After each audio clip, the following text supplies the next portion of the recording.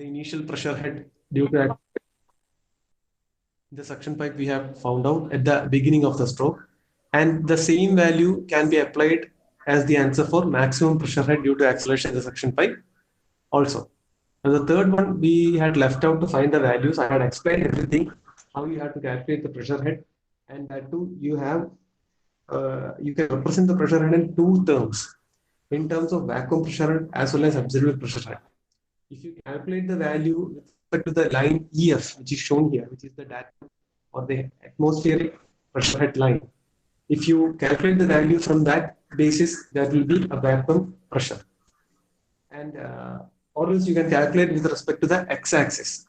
If you calculate the distance from the x-axis, then that symbolizes the absolute pressure values. Now, did anyone calculate the values? Calculate ചെയ്തിരുന്നോ ആരെങ്കിലും?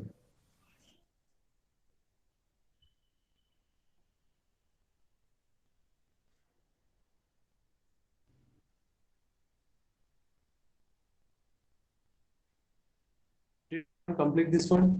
ആരെങ്കിലും answer കണ്ടുപിടിച്ചിരുന്നോ? Yes, sir. Okay, ഒന്ന് പറയോ values. 5.64 meters of water. 5.64 meters of water. ഇതിനാ കിട്ടിയത്? EA dash vacuum pressure.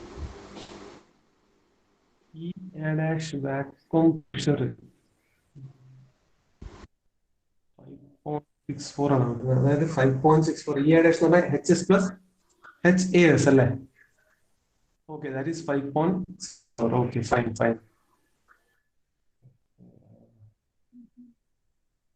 HS plus HAS.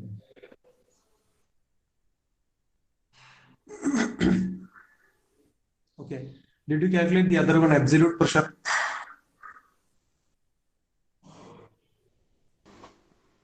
$4.66. Okay, good. 4.66. Okay, both are correct. ഞാനിത് complete ചെയ്യാൻ പറയാനുള്ള റീസൺ എന്ന് പറഞ്ഞാൽ നിങ്ങൾ ഇങ്ങനെ ലെഫ്റ്റ് ഔട്ട് ചെയ്ത് വെക്കുന്നത് പിന്നെ നിങ്ങൾ അവസാനം വരെ ചെയ്യൂല, അതുകൊണ്ടാണ്. Okay. Now, moving on. Now, this actual indicator diagram was based on incorporating the effect of acceleration in the suction and delivery pipes. Just remember the ideal indicator diagram. Ideal indicator diagram, this ABCD. ABCD was the ideal indicator diagram. ABCD, we converted the ABCD into A dash, B dash, C dash, D dash. The change in indicator diagram occurred when we incorporated the values that affected the indicator diagram due to the acceleration of the liquid, the suction and delivery pipes. And those incorporated values were HAS and HAD. So when we counted the effect of both of these terms, we obtained the change in indicator diagram as A dash, B dash, C dash, and D dash. Now, as we have discussed previously also, the changes in indicator diagram or the factors that affect the indicator diagram are not limited to these two values. We have further two more values that will affect the indicator diagram. Now, due to the indicator diagram, see, basically, why are we incorporating the effects of all these factors within the indicator diagram? In order to calculate the work done per second. And the work done per second is nothing but the minimum power which is required to drive the reciprocating pump. So in order to have a better understanding or a precise understanding about these two, the reason is that, so we have to consider as many factors that are available that might affect the indicator diagram. So as I told you previously, incorporating the effect of these two, we obtain the new indicator diagram A dash, B dash, C dash, and D dash. Now, apart from them, we have two more factors that will affect the indicator diagram and in turn will lead to changes in the work done per second and minimum power required. See, when we accounted the effect of HAS and HAD, there was no change in work done per second and minimum power. It remained the same for the ideal indicator diagram as well as the new actual indicator diagram. Now let us see what happens to the work done per second and minimum power required to drive the reciprocating pump when we take into account the effect of friction in suction and so അതാണ് നമ്മൾ ഇനി അടുത്തത് നോക്കാൻ പോകുന്നത്. Okay, taking into account the effect of friction.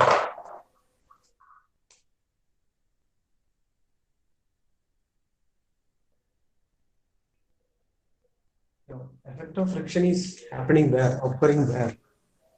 Effect of friction in the indicator diagram. Now, where is this friction basically acting?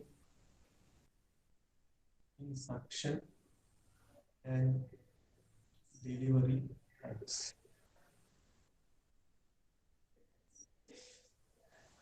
Now, the effect of friction and the related terms we have analytically, algebraically, we have already derived. I hope you remember those values. We had two sets of values. That was HFS and HFD. Yeah, we had two values. What was HFS? It was 4FLS 2GBS multiplied by A by AS into omega r sin theta whole square. നമ്മളിത് discuss ചെയ്തോ ഇന്നലെ? Did we discuss this one?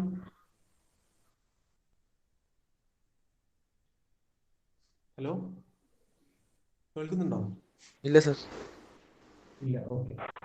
HFD was 4FLD divided by 2GBD into A by AD multiplied by omega r sin theta whole square. What are these terms? These terms you obtain from the Darcy's equation, like 4FLD square by 2GD. That was the fundamental equation. We applied certain values that we obtained due to the effect of acceleration in suction and delivery pipe.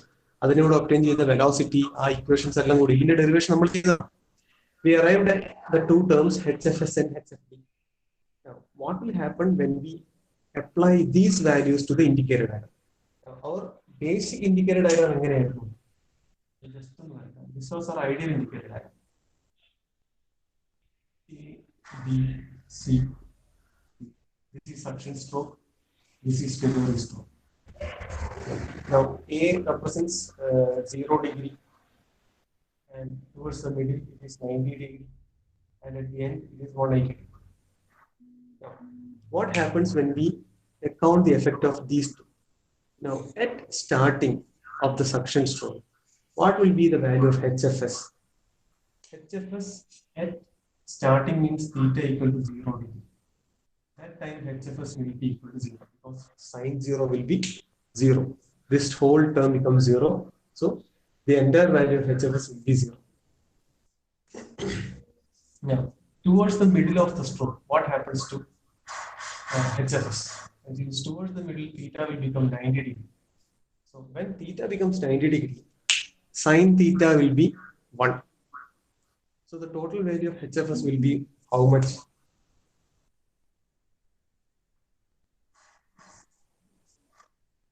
This will be the total value of HFS. This is HFS total value at the middle of the stroke. Now, towards the end, at theta is equal to 180 degree, again what happens? Sin 180 will be 0. So HFS will again equal to 0. The same will be applied for HFD also. Clear on the പറയുന്നത്?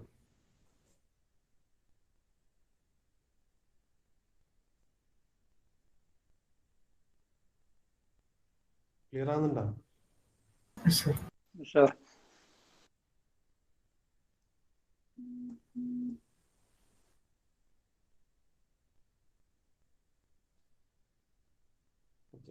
Now, see, if you look at the equation, both HFS and HFD are related to the term omega r sin theta. So what is r sin theta basically? R sin theta എന്ന് പറഞ്ഞാൽ എന്തായിരുന്നു? Just ഓർമ്മിക്കുക, നമ്മൾ പഴയ figure, അതായത് reciprocating pump ഇങ്ങനെയുണ്ട്, ഇതിനുള്ളിൽ piston ഇങ്ങനെ സ്ലൈഡ് ചെയ്യുന്നുണ്ട്, സിലിണ്ടർ പമ്പ് ഓർമ്മിക്കുക, ഇവിടുന്ന് piston road, connecting road, triangle, ഈ ആംഗിൾ ആയിരുന്നു തീറ്റ, ദിസ് വാസ് ആർ അല്ലേ. ഈ സ്ട്രോക്ക് ലെങ്ത്, അതായത് നമ്മളിപ്പോ പിസ്റ്റൺ എവിടെയാണെങ്കിൽ ഇവിടുന്ന് ഇവിടത്തേക്കുള്ള ഡിസ്റ്റൻസിനാണ് നമ്മൾ എക്സ് തരുന്നത്. ടോട്ടൽ ഈ എൻഡിൽ നിന്ന് പിസ്റ്റൺ ഈ എൻഡ് എത്തുന്നവരെയുള്ള ഡിസ്റ്റൻസ് ആണ് എല്. ഈ ടോട്ടൽ ഡിസ്റ്റൻസ് ആയിരുന്നു എല്. എല് 2r എന്ന് നമുക്കറിയാം. ഈ എക്സ് ഡിസ്റ്റൻസിന്, അതായത് ഈ കാണിക്കുന്ന എക്സ് ഡിസ്റ്റൻസിനെ നമ്മൾ പണ്ട് എഴുതിയിരുന്നു. ഇത് r ആണെങ്കിൽ തീറ്റ ആണെങ്കിൽ ഇവിടെയുള്ള, അതായത് ഇതേ ഡിസ്റ്റൻസ് ആയിരിക്കും എന്ത് ഡിസ്റ്റൻസ്, ഈ ഡിസ്റ്റൻസ്. ഈ ഡിസ്റ്റൻസ് നമ്മൾ പണ്ട് എഴുതിയിരുന്നു x equal to r sin theta. I hope you remember. ഇല്ലേ, ഓപ്പോസിറ്റ് സൈഡ് ബൈ ഹൈപ്പോട്ടന്യൂസ് എടുത്തിട്ട് നമ്മൾ ഇങ്ങനെ ഒരു ഇക്വേഷൻ എഴുതിയിട്ടുണ്ടായിരുന്നു. ഈ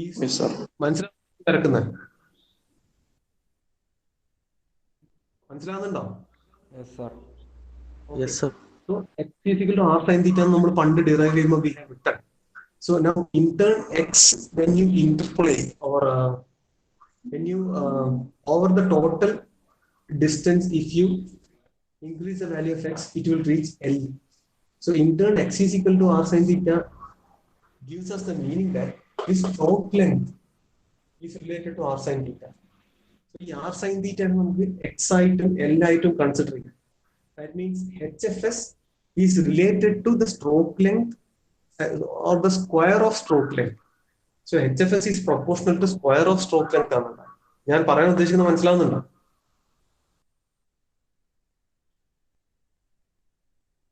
മനസ്സിലാവുന്നുണ്ടോ? Yes, sir.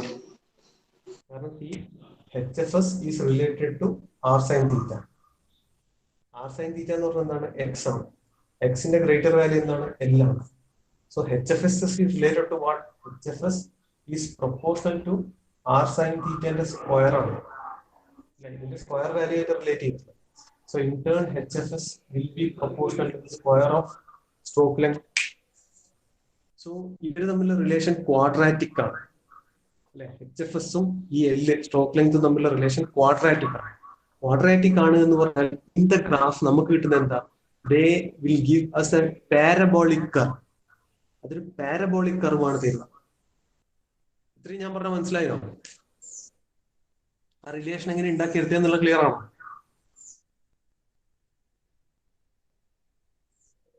Voice? Yes, sir. Okay, so now we have obtained that the relation with HFS and stroke length is quadratic. See, HFS is proportional to L. That means it's quadratic, and the quadratic relation in terms of a graphical manner we will obtain as a parabolic curve. Okay, so our parabolic curve ഇതിലേക്ക് incorporate ചെയ്താൽ indicated ഡയഗ്രത്തില് HFS-ഉം HFD-യും കൊണ്ടുണ്ടാകുന്ന change എന്താണെന്നുള്ളത് നമുക്ക് കാണിക്കാൻ പറ്റും. Okay, now let us read the indicator diagram. So we have obtained the effect of friction in suction and delivery pipes on the indicator diagram. ID എന്ന് പറഞ്ഞാൽ indicator diagram അതാണ് ഉദ്ദേശിക്കുന്നത്. സോ ഈ എഫക്ട് എന്താണ്? ഇൻഡിക്കേറ്റർ ഡയഗ്രത്തിലേക്ക് ആ effect വരുമ്പോൾ it gives us a parabolic relation. So ആ relation എങ്ങനെയാണ് നമുക്ക് നോക്കാം.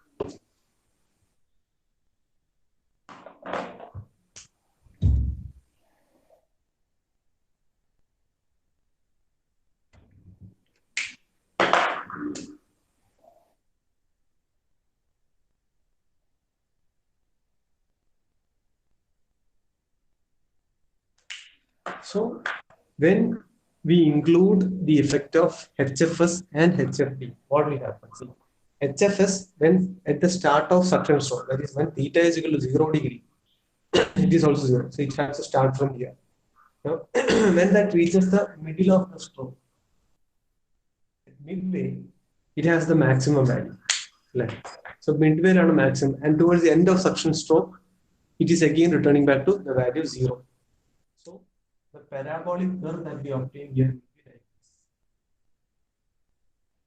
ഇങ്ങനെയാണ് curve ഉണ്ടാവുക. And this value will be HFS. ഇതാണ് HFS ന്റെ value. ഈ value. The same curve will be obtained for which one? HFD also. ഇവിടെ 0, midway 270 ആകുമ്പോൾ maximum, 360 ആകുമ്പോൾ again 0. This will be the value of HFD. Okay. ഈ value എന്തായിരുന്നു? This was HS, this was HD. ഒന്ന് മറന്നു.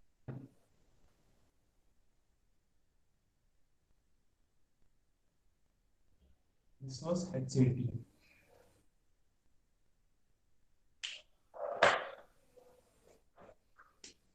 This is the stroke length L.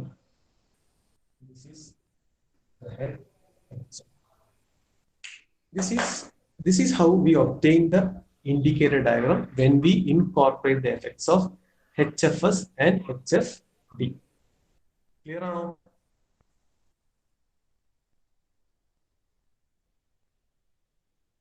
Clear or no? Yes, sir. Yes, sir. ഈ point M ആയിട്ട് എടുക്കാം, ഈ point N ആയിട്ട് എടുക്കാം.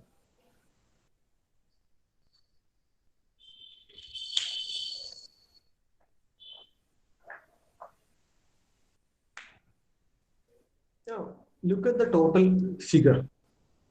Total figure എന്താണ്? A, M, B, C, N, D. This is the shape of the total profile that we obtain in the graph. Now, what can you see as a change with respect to the ideal diagram? It is clear that the area of the graph has increased. Area കൂടിയിട്ടില്ലേ? Because നമുക്ക് ഇത് addition ആയിട്ട് വന്നു. ഈ section and ഈ section. And the parabolic area additional ആയിട്ട് വന്നു. That means the area of the total figure has increased. Correct? Increase ചെയ്തിട്ടില്ലേ?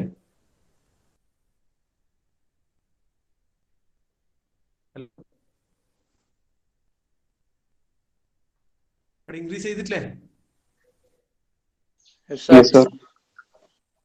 Okay, നമുക്ക് തൊട്ട് മുന്നത്തെ കേസിൽ ഇങ്ങനൊരു പാരലോഗ്രാം ഷേപ്പ് ആയിട്ട് ആ സമയത്ത് എന്താണ്, ഏത് ഇൻക്രീസ് ചെയ്യുന്നില്ല, ഈ പൊസിഷൻസ് മാറുന്നുണ്ട്. എ ഡാഷിലേക്ക് എത്തി, ബി ഡാഷിലെത്തി, സി ഡാഷിലെത്തി, ഡി ഡാഷിലെത്തി. But in this case additional ആയിട്ട് 2 പോയിന്റ്സ് വന്നിട്ട് the total area has been increase. So increase in area leads to what can you understand from area under the curve within an indicator diagram gives us always the work done.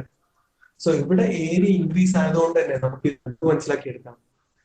The reciprocating pump now has to do additional work. So suction പൈപ്പിലെയും delivery പൈപ്പിലെയും ഫ്രിക്ഷന്റെ effect കൊണ്ട് actually reciprocating പമ്പിൽ ഉണ്ടാകുന്നത് ആ pump കൂടുതൽ work ചെയ്യേണ്ടി വരും. പമ്പ് കൂടുതൽ വർക്ക് ചെയ്യുക, അതായത് work done per second increase ചെയ്യുന്ന അതിന്റെ അർത്ഥം എന്താണ്? The power required for operating that pump has also been increased. മനസ്സിലാവുന്നുണ്ടോ?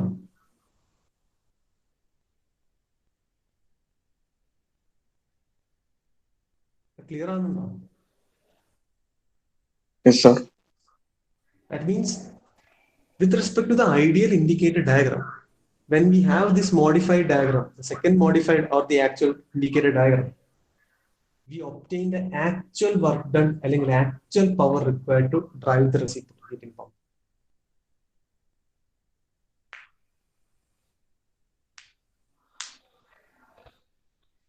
ആ ആക്ച്വൽ വർക്ക് ഡൺ നമ്മൾ എങ്ങനെ കണ്ടുപിടിക്കും?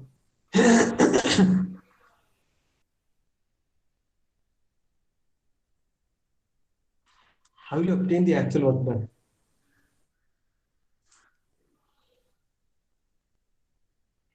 വർക്കുകൾ എങ്ങനെ ഇൻക്രിമെന്റ് ഉണ്ട് എന്ന് മനസ്സിലാക്കുന്നത് എങ്ങനെയാണ്? We can calculate the area അല്ലേ? ഇവിടെ ഏരിയ കാൽക്കുലേറ്റ് ചെയ്യാൻ പറ്റും. Area of the new indicator, area of the new indicator എന്താണ്? ഒന്ന് ഈ റെക്ടാംഗിൾ ഏരിയ എന്ന് പറഞ്ഞാൽ സ്ട്രോക്ക് ലെങ്ത് അല്ലേ? ഇതൊന്നും മറന്നുമല്ലേ, ഇതെല്ലാം നമ്മൾ ഫസ്റ്റ് ഐഡിയ ഇൻഡിക്കേറ്റർ ആയിട്ട് ചെയ്തതാണ്. So total area എന്ന് പറഞ്ഞാൽ എന്താ? Now it becomes L into HS plus HD is the area of the rectangle. And to this one we have to add the areas of two parabolas. ഈ പാരബോളയുടെ area എങ്ങനെ കണ്ടുപിടിക്കുക? പാരബോളയുടെ area നമ്മൾ ആലോചിക്കും.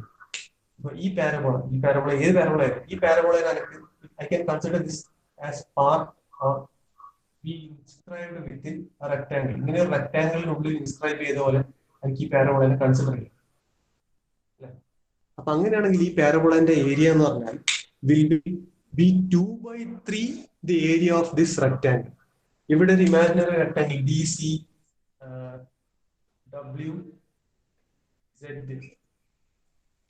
DCZW എന്ന് പറഞ്ഞ ഇമാജിനറി റെക്ടാംഗിൾ ഉണ്ടെങ്കിൽ the parabola CND, the area of this parabola will be 2/3 of this rectangle. ഒരു പാരബോളനെ നമുക്ക് ഒരു റെക്ടാംഗിൾ ഇൻസ്ക്രൈബ് ചെയ്യാൻ പറ്റിയാൽ the area of parabola becomes 2/3 that of this imaginary rectangle. നമ്മൾ പണ്ട് പഠിച്ചതാണ്. So you have to add the areas of both these parabolas to this rectangle. So അതിന്റെ areas add ചെയ്താൽ എന്താ? ഒന്ന് എന്തുണ്ടാവും? 2/3 of this parabola. This parabola എന്ന് പറഞ്ഞാൽ എന്താണ്? Again length into breadth ആണ് അല്ലെ? ഇവിടെ ലെങ്ത് എന്ന് പറഞ്ഞാൽ L തന്നെയാണ്. ബ്രെഡ്ത്ത് എന്ന് പറഞ്ഞാൽ എന്താണ്? CZ ആണ്. CZ എന്ന് പറഞ്ഞാൽ HFD ആണ്. സോ ഈ കേസിൽ എന്തായിരിക്കും? അത് HFS ആയിരിക്കും. L into HFS പ്ലസ് ഈ കേസിൽ എന്താവും? Again 2/3 L into HFD. Clear ആവുന്നുണ്ടോ? Is this clear? Sir. Yes, sir. This is the area. Indicator ഡയഗ്രത്തിന്റെ ടോട്ടൽ ഏരിയ ആണ് എഴുതിയത്.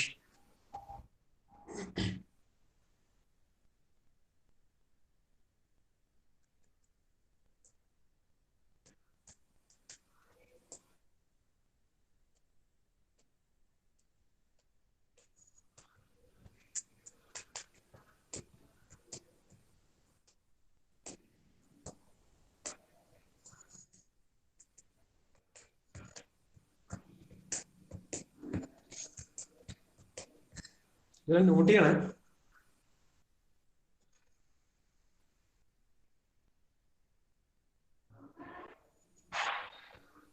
ഇത് നോട്ട് ചെയ്തില്ലേ നിങ്ങള്?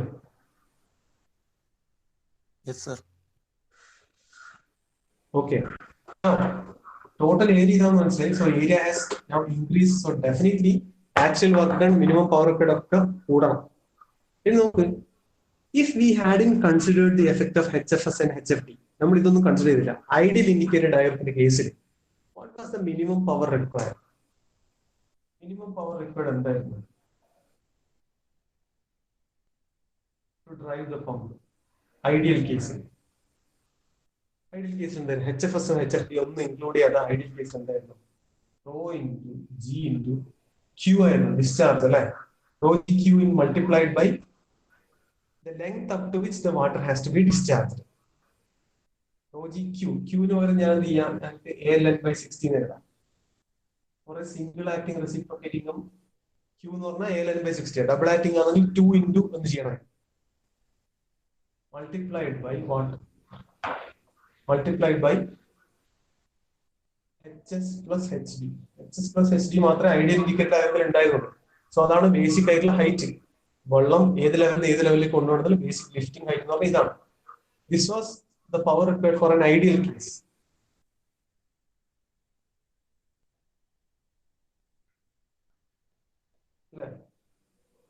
മനസ്സിലാവുന്നുണ്ടോ?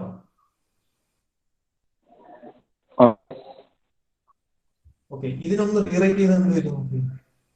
Rho G AN whole divided by 60. Rho AN by L ഞാൻ ഇങ്ങോട്ട് കൊണ്ടുപോകാം. ഇത് മൾട്ടിപ്ലൈഡ് ബൈ ഇത് into what happens? L into HS plus HT. ഇങ്ങനെ I am just rewriting this one. L ന് ഇങ്ങോട്ട് കൊണ്ടുപോയി ബാക്കി എല്ലാം കൂടി ഒരുമിച്ച് ചെയ്യും. സെയിം ആണ്, രണ്ട് ഇക്വേഷൻ സെയിം ആണ്. Now look at L into HS plus HT. L into HS plus HT. What is this one? Length into breadth. ഈ റെക്ടാംഗിളിന്റെ ലെങ്ത് into breadth അല്ലേ? So ഈ ടേം എന്ന് പറഞ്ഞാൽ എന്താണ്? What is this term? This is area of ideal indicator diagram. L into HS plus HD എന്ന് പറഞ്ഞ term എന്താണ്? Area of ideal indicator diagram അല്ലേ? Yes, sir. Am I right or not? ശരിയാണോ അല്ലയോ? എന്തെങ്കിലും ഒന്ന് പറയടാ. Yes, sir. Okay. അങ്ങനെയാണെങ്കിൽ if this was the minimum power required for to drive the pump, ideally in the case of an ideal indicator diagram, case വരുമ്പോൾ ഇനി minimum power required എന്തായി മാറും? ഈ ഏരിയ മാത്രം പോരാ, ഇതിനൂടെ എന്തും കൂടി വേണം. ഏരിയ ഓഫ് ദ ന്യൂ, അതായത് ഈ ഏരിയ ഞാൻ area of the new figure ആണ് എടുക്കേണ്ടത് അല്ലേ? മനസ്സിലായോ? Yes, sir. മനസ്സിലായോ? ഞാൻ ഈ ഫിഗർ വായിക്കട്ടെ. ഫിഗർ നിങ്ങളെ കയ്യിലില്ലേ? Can I rub off this figure? Yes, sir. Sir.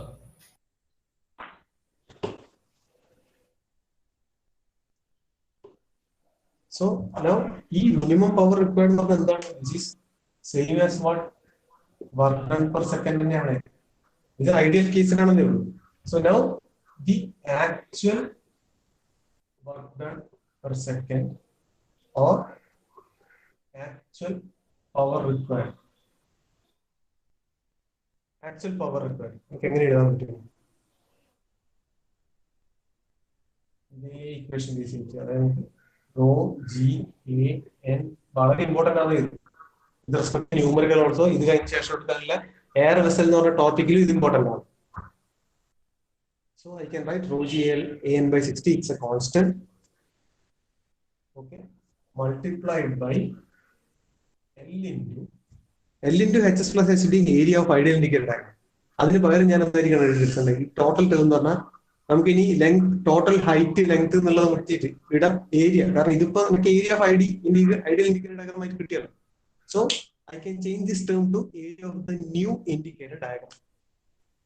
പുതിയ ആക്ച്വൽ ഇൻഡിക്കേറ്റർ ഡയഗ്രത്തിന്റെ ഏരിയ എടുക്കും. ആ ഏരിയ എന്തായിരിക്കും? നമ്മൾ നേരത്തെ എഴുതിയിരുന്നു L into HS plus HD ഇങ്ങനെ എഴുതിയിട്ടുണ്ടായിരുന്നു. Plus 2/3 L into HFS plus 2/3 L into HFD ഇങ്ങനെയൊക്കെ നമ്മൾ എഴുതിയിരുന്നു അല്ലെ?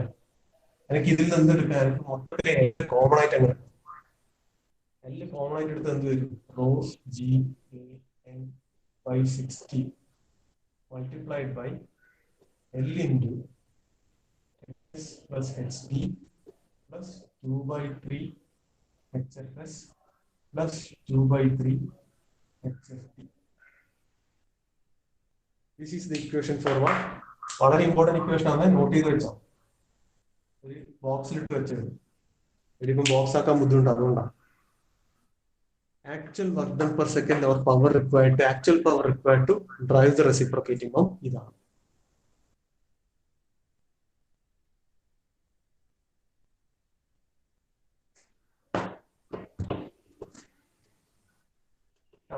If I split this equation into two parts, ഇത് ഞാൻ ഒന്ന് റീഅറേഞ്ച് ചെയ്ത് സ്പ്ലിറ്റ് ചെയ്യുന്നത് എങ്ങനെ എഴുതാം നോക്കാം. ഇതിനെ സ്പ്ലിറ്റ് ചെയ്തിട്ട് ഞാൻ എഴുതിയാണ്. ഇത് ബോക്സിൽ നോക്കണം. ഈ ഒരു ഇക്വേഷൻ ഇമ്പോർട്ടന്റ് ആണ്. ഇത് സെപ്പറേറ്റ് ആയിട്ട് ബോക്സിൽ നോക്കണം. Now rearranging the terms. Rho g a n by 60 multiplied by L into HS plus HD. ഇത് ഒരു ടേം ആയിട്ട് കൊടുക്കുന്നു. പ്ലസ് again ഇത് ഒരു term plus rho g a n by 60 multiplied by L into 2/3 HFS plus 2/3 HFD. ഇങ്ങനെ രണ്ട് term ആയി ഞാൻ എഴുതുന്നു.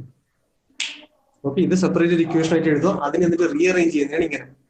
rho g a n into L ഞാൻ രണ്ട് ബ്രാക്കറ്റ് പൊട്ടിച്ചിട്ട് അപ്ലൈ ചെയ്തു. Look at this term. ഇതെന്താണ്?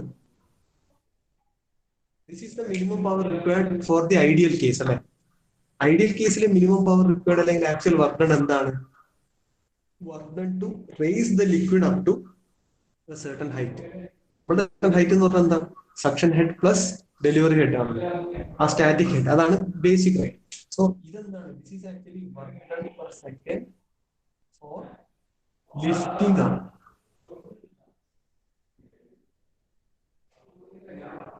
Okay, this is work done for lifting the water up to a certain height. അതാണ് ഈ term. Now look at this one. ഇതെന്താണ്? ഇതിന്റെ ഉള്ളിൽ വരുന്നത് എന്താണ്? 2/3 HFS, 2/3 HFD എന്നൊക്കെയാണ്. This is what? This is work done per second to overcome friction. ഇതിങ്ങനെ separate ആയിട്ട് എഴുതാനുള്ള റീസൺ എന്ന് പറഞ്ഞാൽ ചിലപ്പോൾ ക്വസ്റ്റ്യനിൽ സെപ്പറേറ്റ് ആയിട്ട് ചോദിക്കും. സെപ്പറേറ്റ് ആയിട്ട് നിങ്ങൾ എഴുതിയിട്ടുണ്ട്. What is the specific quantity of work done per second by the reciprocating pump only to overcome the friction എന്ന് വെച്ചാൽ നിങ്ങൾ ഈ ടേം മാത്രമാണ് എഴുതേണ്ടി വരും. അതുകൊണ്ട് ഞാൻ സെപ്പറേറ്റ് ചെയ്ത് കാണിച്ചത്. So this is work done to lift plus work done against piston. Sorry, friction. ഇതാണ് ആക്ച്വൽ വർക്ക് ഡൺ എന്ന് പറഞ്ഞാൽ റെസിപ്രോക്കേറ്റിംഗ് പമ്പിന്റെ. രണ്ടിലും Roji n/60 Roji n/60 constant ആണ്. സോ ഇനി ഞാൻ ഒരു രീതിയിലും കൂടി ഞാൻ റീറൈറ്റ് ചെയ്യാൻ പോകുന്നതാണ്. വർക്ക് ഡൺ പെർ സെക്കൻഡിന് എളുപ്പത്തിനുണ്ട്, നിങ്ങൾക്ക് ഓർത്തൊക്കെ എളുപ്പത്തിനുണ്ട്. നമുക്ക് എങ്ങനെ എഴുതാം? റോജി n/60 ഞാൻ സി എന്ന കാര്യം എഴുതുന്നത്. Considering it as a constant, the total work done per second will be equal to C multiplied by L into HS plus HD plus ഇവിടെ L ഉണ്ട്, രണ്ടിലും 2/3 ഉണ്ട്. സോ ഞാൻ 2/3 L എടുക്കും. HFS plus HLD ഇങ്ങനെ എഴുതാം. Considering C is equal to rho G A N by 60.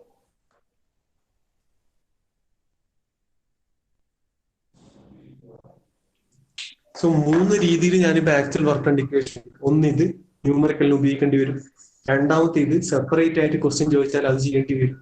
ഇത് work done in lifting plus work done against friction. മൂന്നാമത്തത് considering this as a constant. ഇത് എപ്പോഴും ഒരു കോൺസ്റ്റന്റ് വാല്യൂ ആയിരിക്കും. ഞാൻ ഇതിനെ എല്ലിന്റെ ടേംസിൽ മാറ്റി എഴുതും. Is this clear for everyone? Clear ആണോ? Yes, sir. Yes, sir. വളരെ ഇമ്പോർട്ടന്റ് ആണ്.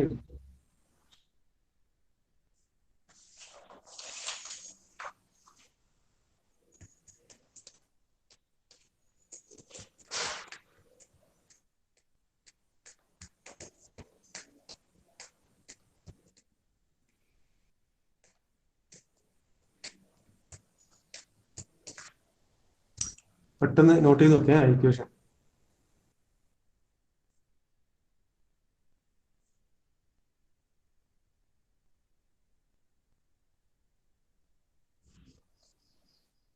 ഇത് സിംഗിൾ ആക്ടിങ് റെസിപ്രോക്കേറ്റിംഗ് പമ്പാണ്. ഡബിൾ ആക്ടിങ് ആണെങ്കിൽ ഇതിന്റെ കൂടെ ഒരു 2 മൾട്ടിപ്ലൈ ചെയ്താൽ മതി. 2 ഈ റോജി n/60 ഒരു 2 മൾട്ടിപ്ലൈ ചെയ്താൽ മതി. കാരണം എല്ലാവരുടെയും ഡിസ്ചാർജ് 2 ആവുന്നേ ഉള്ളൂ. അതല്ല ഓർത്ത് വെക്കണേ. ഇത് മായിക്കട്ടെ, റബോഫിട്ടെ മായിക്കട്ടെ. മറ്റൊരു കാര്യം കൂടി പറഞ്ഞിട്ട് finish off this whole topic. എന്നിട്ട് നമുക്ക് ഈ മോഡ്യൂളിന്റെ എൻഡ് പാർട്ടിലേക്ക് കടക്കാം. അത് ലാസ്റ്റ് ഫൈനൽ ഇൻഡിക്കേറ്റർ ആയിരുന്നു. അതും കൂടി എന്താണെന്നുള്ള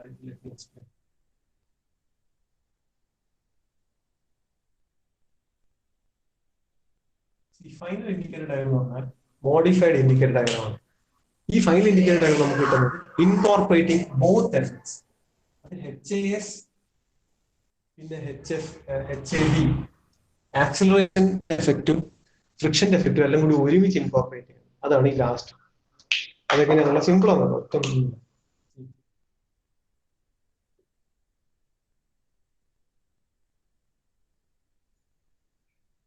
നമ്മുടെ ഐഡിയൽ ഇൻഡിക്കേറ്റർ ഡയഗ്രം ഈ ABC HAS HAD effect include ചെയ്യുമ്പോൾ നമുക്ക് എന്താ കിട്ടുക?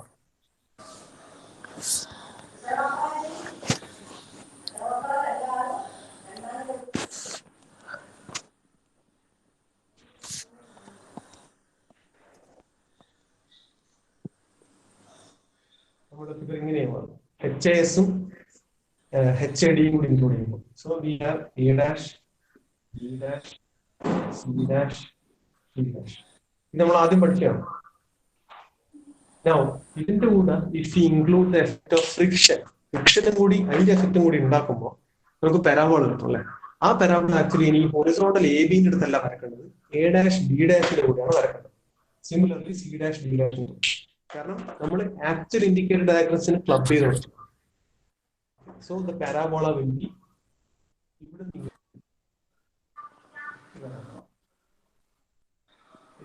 HFSന്റെ പാരാബോള, HFDന്റെ പാരാബോള ഇവിടെ നിന്നുണ്ട്.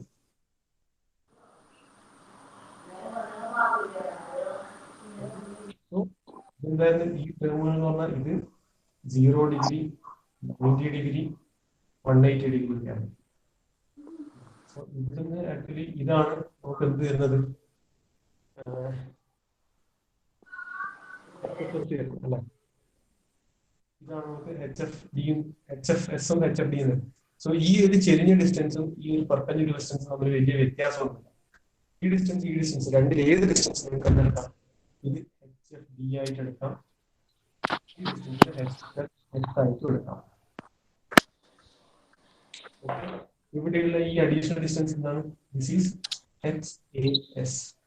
ഈ അഡീഷണൽ ഡിസ്റ്റൻസ് എന്താണ്, ദിസ് ഈസ് HAD. ടോട്ടലി ഇവിടെ ഒരു ലൈൻ ഉണ്ടായിരുന്നു, റെപ്രസെന്റ് ചെയ്യുമ്പോൾ നിങ്ങൾ കംപ്ലീറ്റ് റെപ്രസെന്റ് ചെയ്യണം. This is H atmosphere, 10.3 meters of water. ആ ഡിസ്റ്റൻസ് ആണ് ഇത്. അതിൽ തന്നെ സക്ഷൻ ഹെഡ്, ഈ ഡിസ്റ്റൻസ് എന്തായിരുന്നു, delivery head. This is the final indicator diagram. Okay, stroke length end ഇങ്ങോട്ട്, എൻഡ് ഇങ്ങോട്ട്. This is clear ആണോ ഇത്? Yes, sir. ആവശ്യമില്ല. ഇതെങ്ങനെ കിട്ടിയത്?